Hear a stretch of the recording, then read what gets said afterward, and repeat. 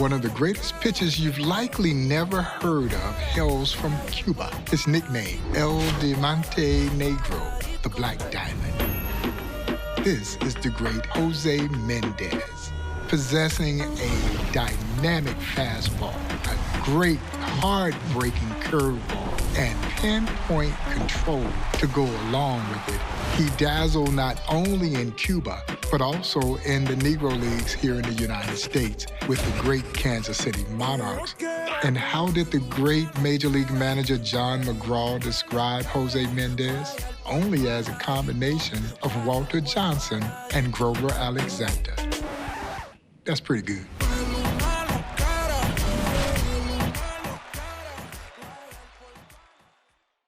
Now, Sellers. And a pitch.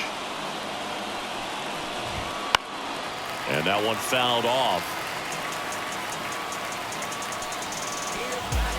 And a strike in there.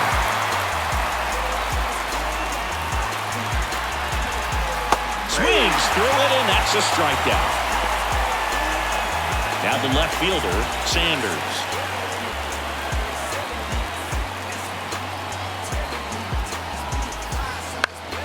He swings and fouls one off.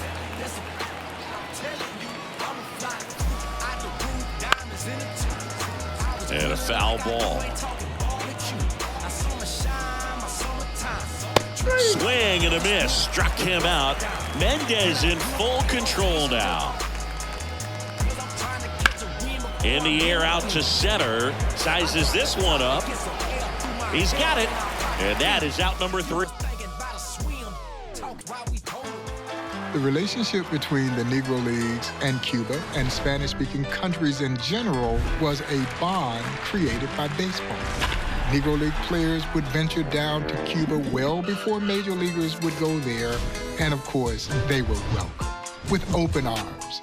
And as I reflect on my friend Buck O'Neill, who recalled going to Havana, as he would say, when Havana was Havana.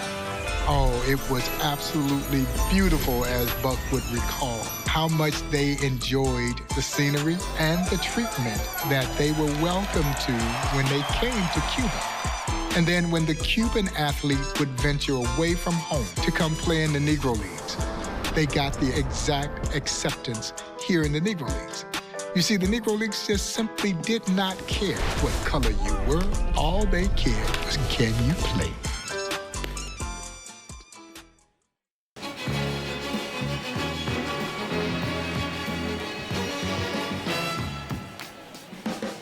Like a sound you hear that lingers in your ear, but you can't forget from sundown to sunset.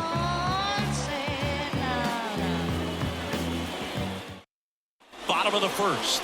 And now the right fielder, Sellers. The wind and the pitch. Such a long history of great players from Cuba, Boog, and not just in the Negro Leagues. Long before Jackie Robinson broke the Major League color line in 1947, Dolph Luke was an ace for Cincinnati and Brooklyn. He was able to play because of his lighter skin. Sanders in the box now. No balls and a strike. And a swing and a miss. You mentioned those pre-integration Cuban players, Chris. After the color line was broken, of course, that opened the door for more great Cuban-born players like Minnie Minoso, Tony Oliva, Louis Tion Jr., and Tony Perez. Ford in the box with 2 gone, and takes a look at a called strike. Swing and a miss. And the count is 0-2. Boog, you brought up those old Cuban players like Minoso and Oliva, but there are plenty of Cuban-born stars in the majors these days, too.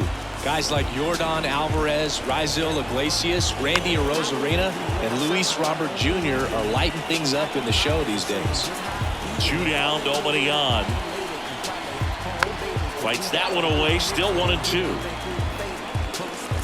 Mendez to the plate. Swings and misses. And good work there as he gets a 1-2-3.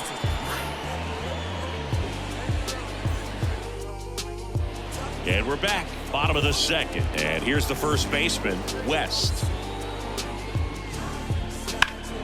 And And there's a foul ball. And here it comes. And a foul ball.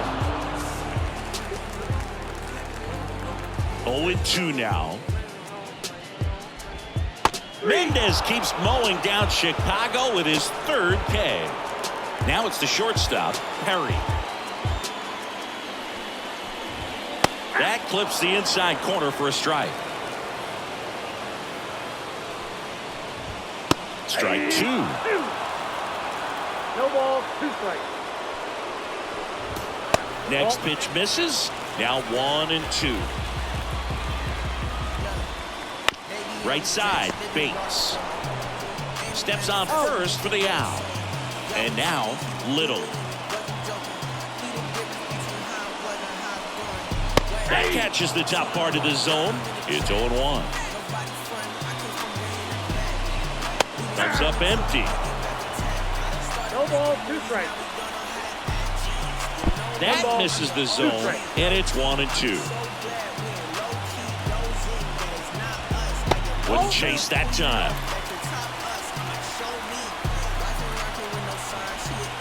Off the mark there, and the count's full. Fouled off again, and it remains 3-2.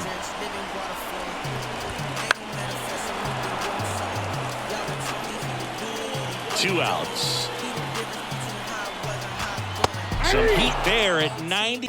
Physically, Jose Mendes reminds me of the great Major League pitcher, Pedro Martinez. Built almost identical. He was a small man, wiry, long arms, long fingers, an arm much bigger than his stature.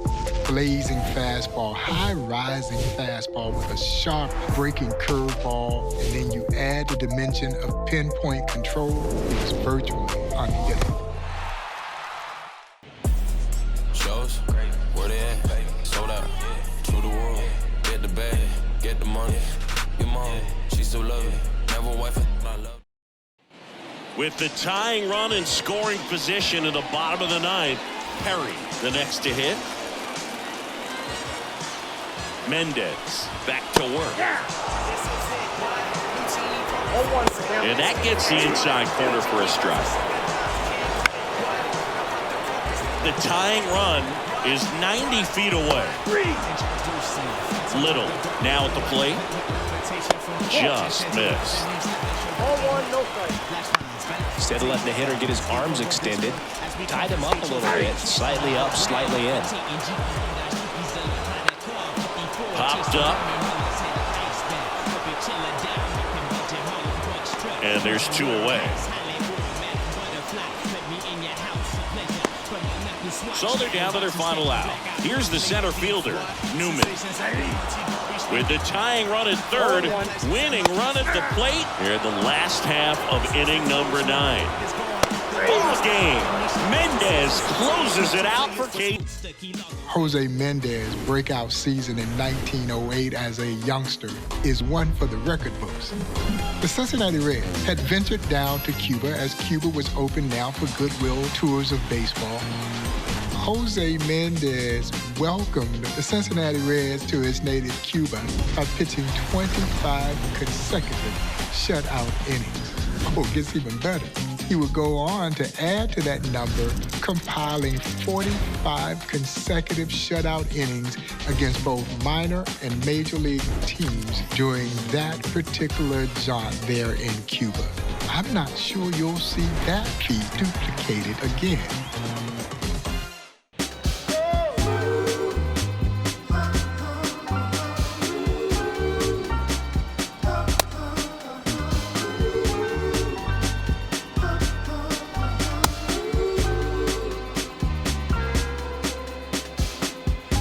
I'ma keep this feeling close to me, but I think I lost my mind. 11 months of the same routine, keeping up this facade of mine. Back at Busch Stadium, on to the bottom of the 8th. Now here is Sawyer. The pitch. That one is upstairs. Jose Mendes' whole run against the Reds is incredible, but I want to focus on the first game they saw him. Mendez went out there and threw a one-hitter, and he was just 21 years old at the time. So digging in, Walker. Swing and a miss, 98 on the gun.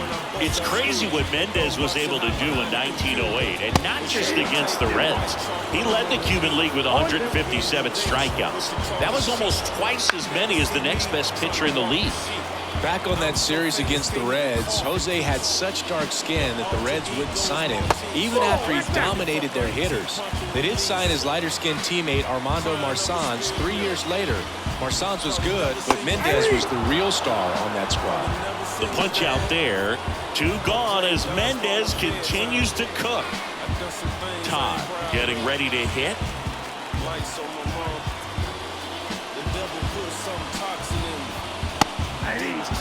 2 out, space is empty. Foul back our way, and that's out of play.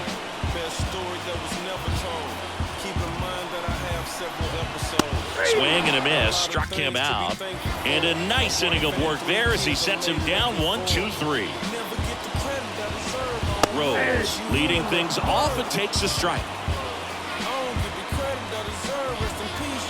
Inside, just missed. Swing and a miss as he was late that time. 1 ball, 2 strikes. Hits and misses. It's a strikeout. Here's Turner now. And ball 1. Next offering is in for a strike. Pitch misses there. 2-1.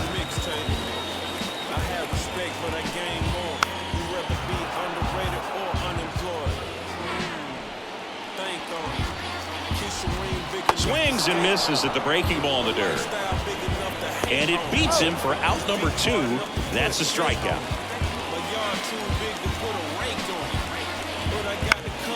And first offering is fouled off. Swing and a miss. 0-2 now. Mendez is just 1 strike away. And that skips in the dirt.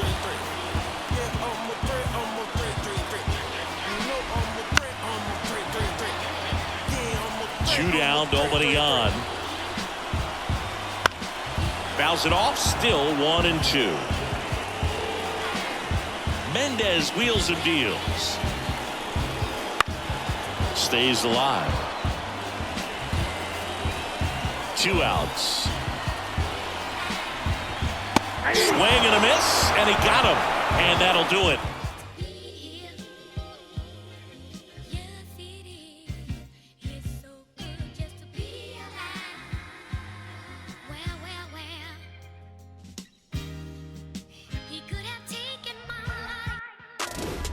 Jose Mendes had the stuff. He had all the stuff. So much so that the great James Leslie Wilkinson, the owner of the Kansas City Monarchs, would bring the Black Diamond over to Kansas City.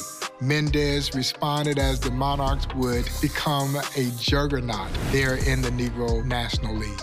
Jose Mendes was a tremendous pitcher because not only did he start, he also closed games, many games, as a member of the Kansas City Monarchs. In 7 amazing seasons in the Negro Leagues, Jose Mendes posted a 30-9 one-loss record with a dazzling 3.46 ERA.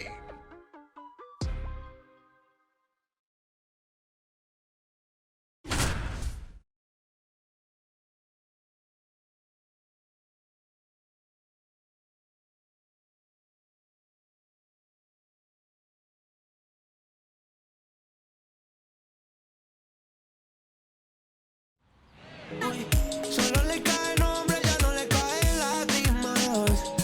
Yeah. No quería salir, pero ya pasó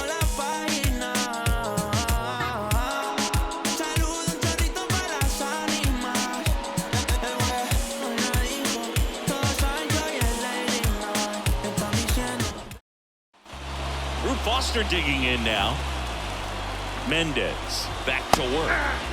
Yeah, there's the strike.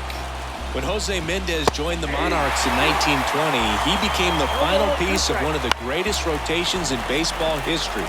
They had Mendez, John Donaldson, and Bullet Joe Rogan, all future MLB Hall of Famers. Going back to that incredible Monarchs rotation, Chris, it makes me think of the Braves staffs in the 1990s. Greg Maddux, Tom Glavine, John Smoltz, or even 2019, the Astros with Cole, Verlander, and Greinke. Waves at the bender for the strikeout. Perry in the box now, takes strike one. A little tardy on that fastball. He's going to have to get it going a little quicker, get that front foot down. Two more great historic rotations, Boog. The 1966 Dodgers with Sandy Koufax, Don Drysdale, and Don Sutton, and the 1931 Homestead Grays, Bill Foster, Smokey Joe Williams, and Satchel Paige. Brings it in. Just one more out to get for Mendez and the Monarchs. Little swings through it for strike one. And that one is inside ball one. And a count 1-2. Really going after him here. All fastballs to get ahead in the count. Foul ball still, 1-2 count. This could end it. Now he can't squeeze it behind the plate. Save! Should be a pass ball, and there are two in scoring position now. 2 on, 2 outs. And that's the ball game. Jose Mendes with another Getting cheese like patty milk, serving up game like help yourself. Refereeing, calling plays on the sidelines. Super the boat, diamonds and gold, won a ring like 5 times. I remember wanna be that cause I seen. Don't ever tell her you love her if you don't mean it. Unless it's Jose Mendez's dazzling pitching career was somewhat shortened by the fact that he had some arm trouble about 6 years into his career.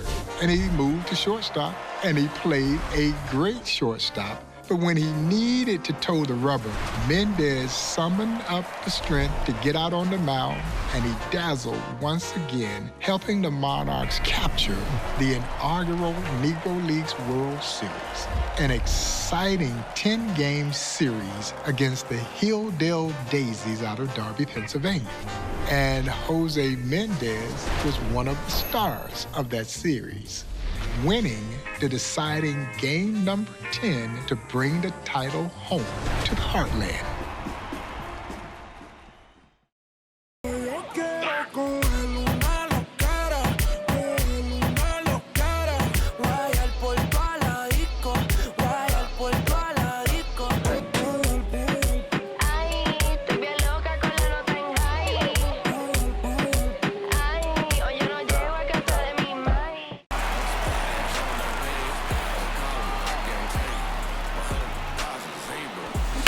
That one is absolutely belted.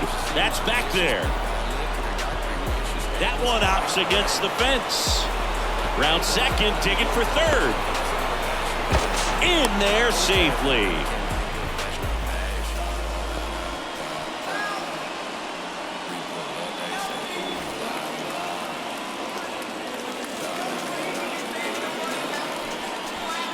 Fought off foul.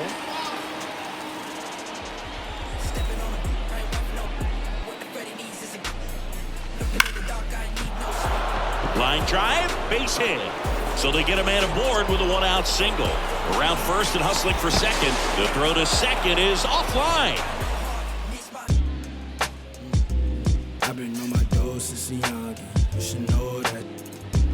You should know. I've been on my doors since a youngin'. And next will be the cleanup hitter, West. Mendez back to work. On the ground, 2 ball. They take the force out. Mendez still keeping the Hilldales at bay. Just 2 outs from a title. So it's their last chance in this one. Here's the shortstop at the plate. Perry. 2 outs. That one drifts inside. It's not just that Jose Mendes won Game 10 of that 1924 Negro Leagues World Series. He won Game 6 in relief, too. But what he did in Game 10 really was...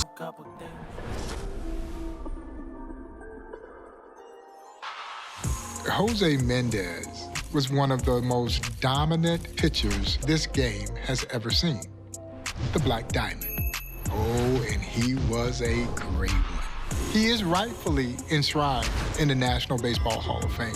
It's almost shameful that it took until 2006 for his induction, but he's finally where he absolutely belongs in the National Baseball Hall of Fame as one of those stellar arms from both Cuba and the Negro Leagues.